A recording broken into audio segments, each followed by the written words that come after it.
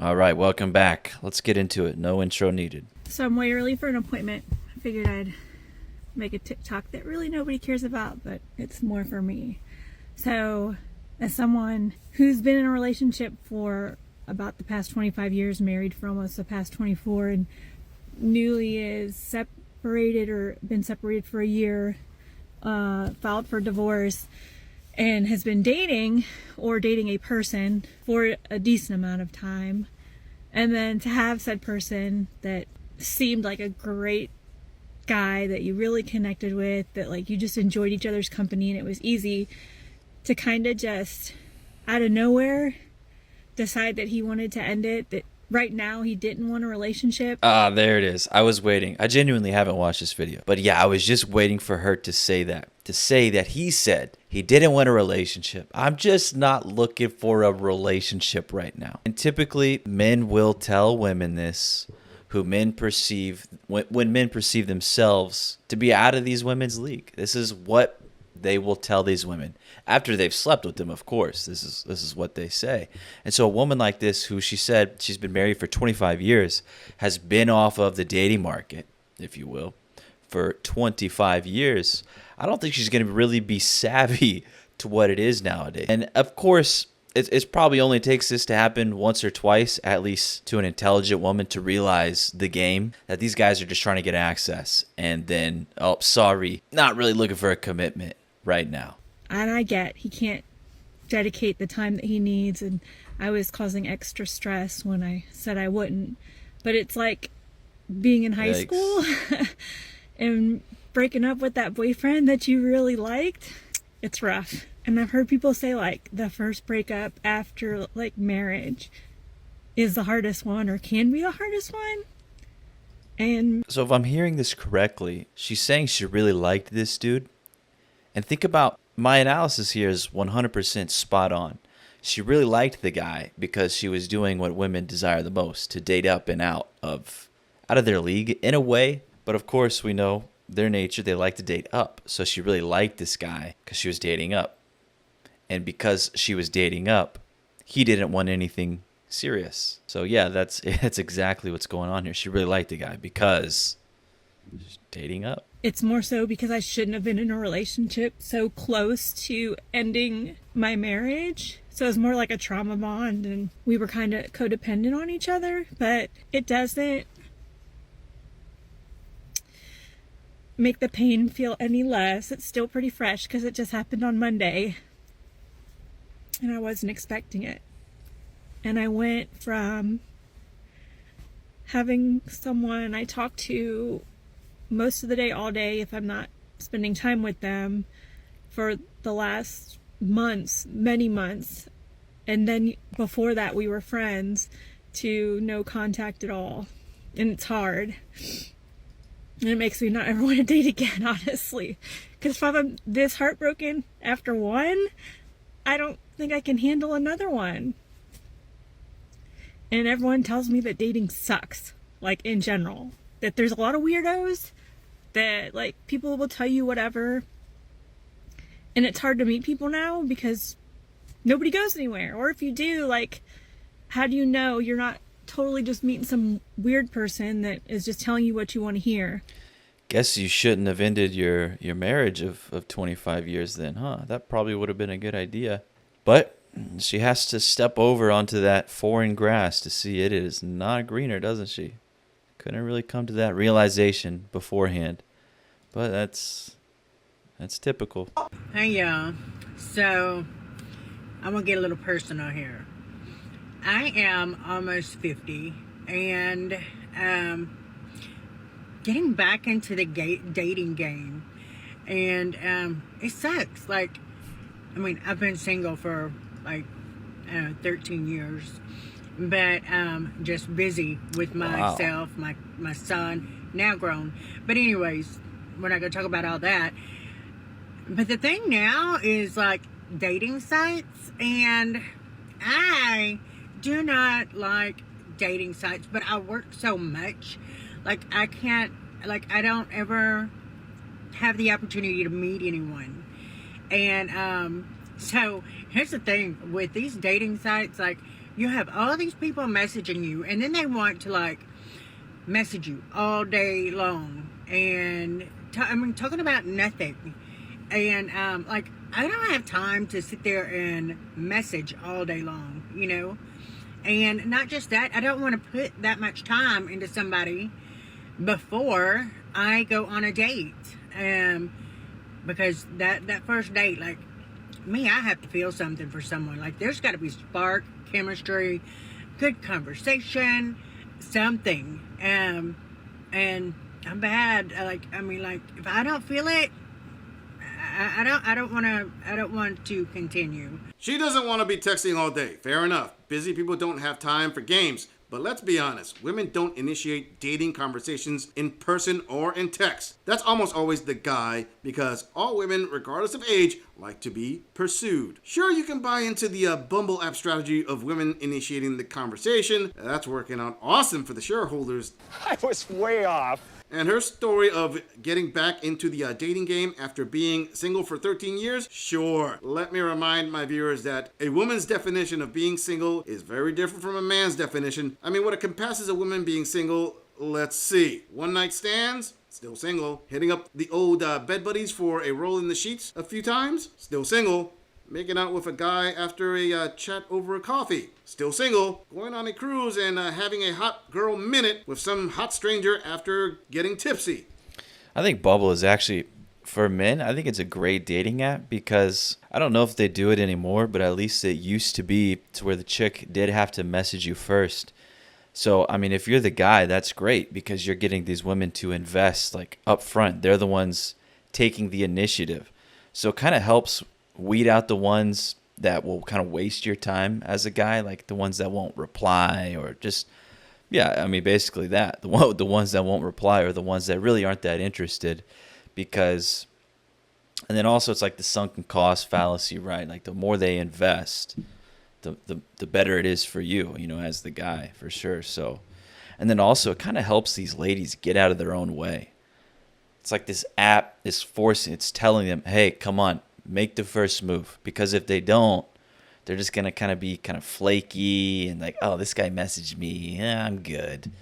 But once they are putting in the effort, once they are putting in the work, they become more invested into it. So when I was on those apps, Bumble was the one that I had most success with, because they would make the first move, if you will. And I always found that worked out great, because they were showing interest, they were investing early, they were putting in effort. Yeah, it was great. But it looks like, yeah, now Bumble stock is tanking. And I'm pretty sure they said they were going to switch it up. Like, oh, you know what? We're going to go back to making it equal to where, you know, the man or female, man or woman can initiate the first message. But I think the dating apps, man, when I was on Hinge too, it's just nothing but fat chicks. I was like, what is going on here?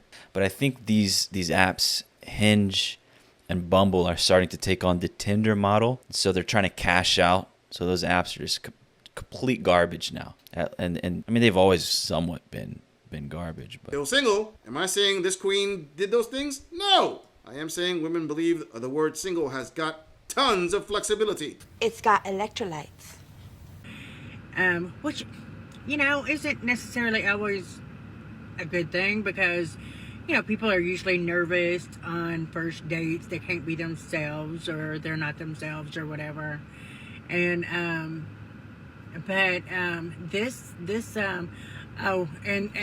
this talk, like, okay, why do we have to talk about, why must you bring up sex, or, talk, or I'm horny, what are you doing this morning? I'm horny.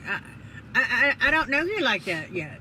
I'm not a prude, definitely not a prude, but oh, honey, they only want you for that. That's why they're so upfront about it. It's like a filter. Again, let me be super upfront so I can just see, is this gonna scare her away? Oh no, she's still sticking around. I think I can get away with it. I think this is a smash and dash. I think we got one. Got one on the hook here. And I don't think she realizes that's what's going on. I don't want to keep listening to this 50-year-old woman ramble on about her dating life. It's interesting and as deep as it is. Let's move on. Same. but different.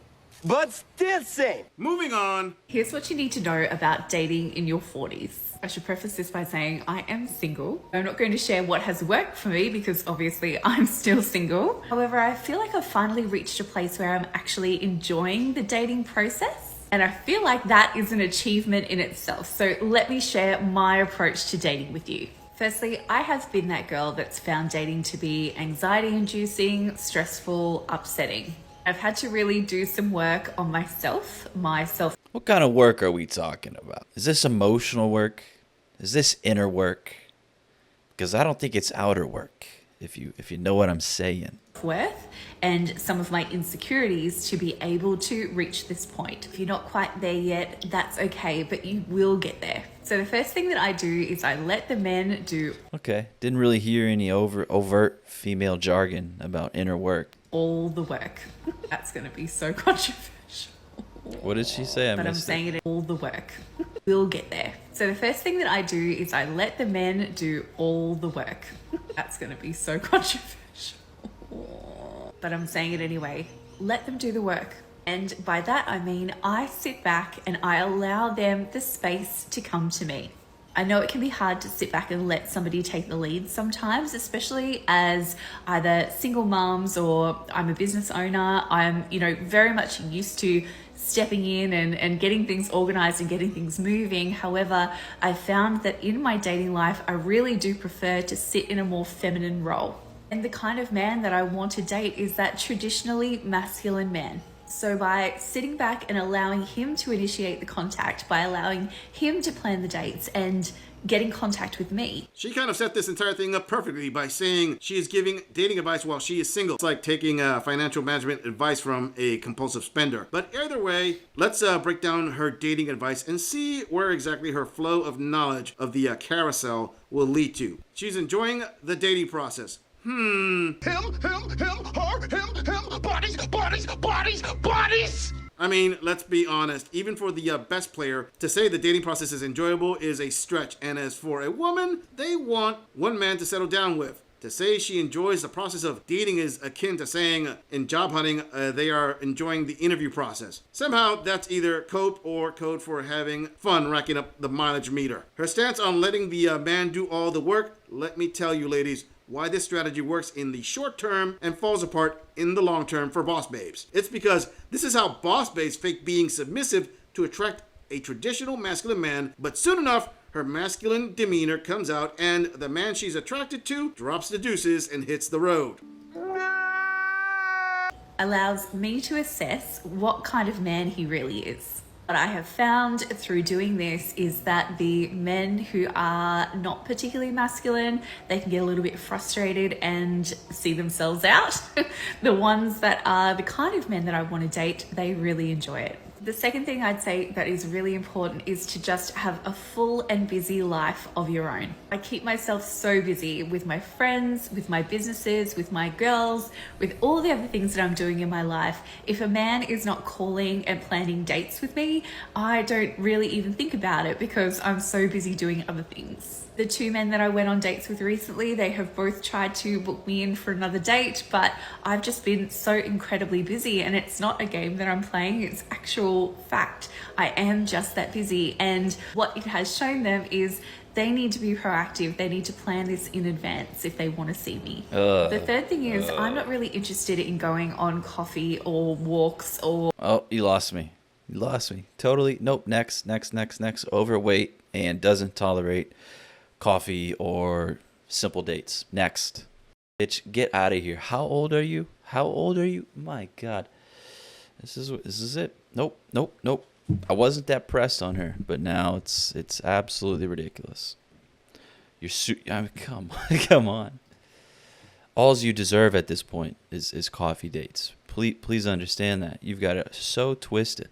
Yeah, you're going to be single for a long time. It makes sense now, right? It makes sense why she's still single. Or just to drink dates. I only accept dinner dates. Oh, God. And I realized that there are people who prefer to just have a quick drink just to check if there is a vibe there before proceeding forward. However, I prefer to talk to somebody for a little bit longer before I actually meet them. Have a few phone calls. It must be so... This is the thing with with dinner dates as well. So as a man, when you go on these dates, you're expected to lead the conversation and to keep things, because if there's an awkward silence or in any awkward moments, the responsibility falls on you, because you're just going to be sitting there like, okay, entertain me. Do you feel this awkward tension in the air? Fix it. And meanwhile, you're eating, having to like juggle all this shit. You got to eat. You got to keep the conversation going. It's just a lot. You got to pay for it. In the back of your mind, you're wondering like, am I going to get to smash? Is this going to be a waste of my time and money? And then also, you don't even know if she looks like her pictures. A woman like this might just show photos, from here and up, and then you see her in person and you're like, fuck. It's just a lot. And so it's a lot of responsibility for you as well. So I don't really see the value in dinner dates. It's tricky, and this is just the privilege that these women have. It's like, I only accept dinner dates, and then just they expect a man to lead the conversation, make sure there's no awkward moments, probably pay for the bill. It's just a lot. And again, you're overweight and you're 40. You really can't expect these men to put in that much effort. That you're 20 years past that. Definitely lots of texting, maybe a FaceTime, to see if there is a spark in chemistry there and an interest. And if at that point they are not asking to take me out to dinner, that's not the man for me. They need to be proactive if they want to see her. Okay, she may think this is working to her advantage, but it really isn't. No. I mean, let's look at it logically. She said the men who she is attracted to love it. Really, I would argue the men she is attracted to love it because they aren't taking her seriously. And they probably see it as she is going to be a filler in their roster. Sorry, sister, but those men who don't get frustrated are the ones attracting 90% plus of all the women in the dating market. And holding the standard of he has to take you out to dinner, I have to ask, how high do you think your SMV is? I mean, don't get me wrong, as I'm sure she is still getting to go on dates. My point is, doesn't she realize there may be a reason she is still single? Okay, just follow me here for a second. She puts up all these high standards. Let's say an attractive man with some free time who was going out to dinner anyway invites her to tag along. Great. But then she shows up with the boss babe attitude, and the HVM that makes her nether regions tingle decides, nope, this isn't going too far for too long. And after that, I may not want to go for dinner. So I guess that is probably my way or my version of the coffee date or the quick meet. And then if there is that interest there, you have that beautiful romantic first night meeting. This is how somebody who is such a hopeless romantic wants to start a relationship. I don't want to start it with a walk. Finally, don't go on the dating apps every day. Dating apps are consuming and you want to go for quality over quantity. So my suggestion is match with a couple of people, take the conversation offline once you've established there is an interest, get to know them over a couple of weeks, and then go out to dinner with those couple of people before you then go back on the apps and meet more people. I definitely think you should be seeing a number of people at the same time. So definitely don't go one for one. However, it is all consuming when you are trying to establish a bit of an interest in someone to have other options flying at you as well. And if you don't make dating the full focus in your life, you will find you will just be a lot more relaxed about it and you'll find it incredibly enjoyable. If you have any other questions, please let me know. Chunky Aussie prefers dinner dates. Who couldn't have called that one? I only accept dinner dates. It shows. It does show.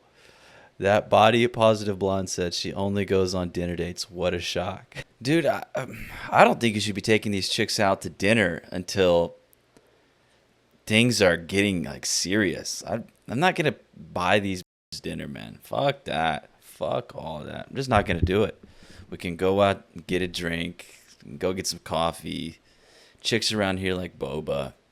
That's all we're going to do. I'm not going to take you out to dinner for a long time. How about that? It's certainly not a first date. Are you out of your mind? And a lot of men think that if they do this, if they take these chicks out to dinner on the first date, that it's going to be like good for them. They're going to be like, wow, she's going to notice that I'm taking her out to dinner. This is definitely going to give me more points. This is going to give me a higher chance than the guy who just offered to take her out on coffee. Maybe a chick like this, she won't even go go out with you if you suggest a coffee date, but she's doing you a favor because she's probably one of these chronic experienced daters. She's a high maintenance, materialistic, modern woman who just wants to be fed. And I wonder if there's a correlation. I haven't really acknowledged it, or not acknowledged it, but I haven't really looked into it too much. The women who refuse to do anything but dinner dates on the first date, there's got to be a correlation to them being overweight. Like they're just they just want to eat, man. They just want you to feed them. They're hungry. They're like, yeah, liquid? No, food. Give me the food. Give me the carbs. Give me the fats. Give me the calories. I want it all. And then it's like at the end, you guys are both full, and it's not really. You guys are getting tired, getting lethargic, and she's just like, can you just take me home and me never talk to you again? Thank you for the food and everything, but when you were eating that food and you stopped holding the conversation, I got the ick. I felt an awkward moment. So thanks for the $200 dinner, but we're never gonna talk again. Bye bye. It's just not gonna do it. No thanks.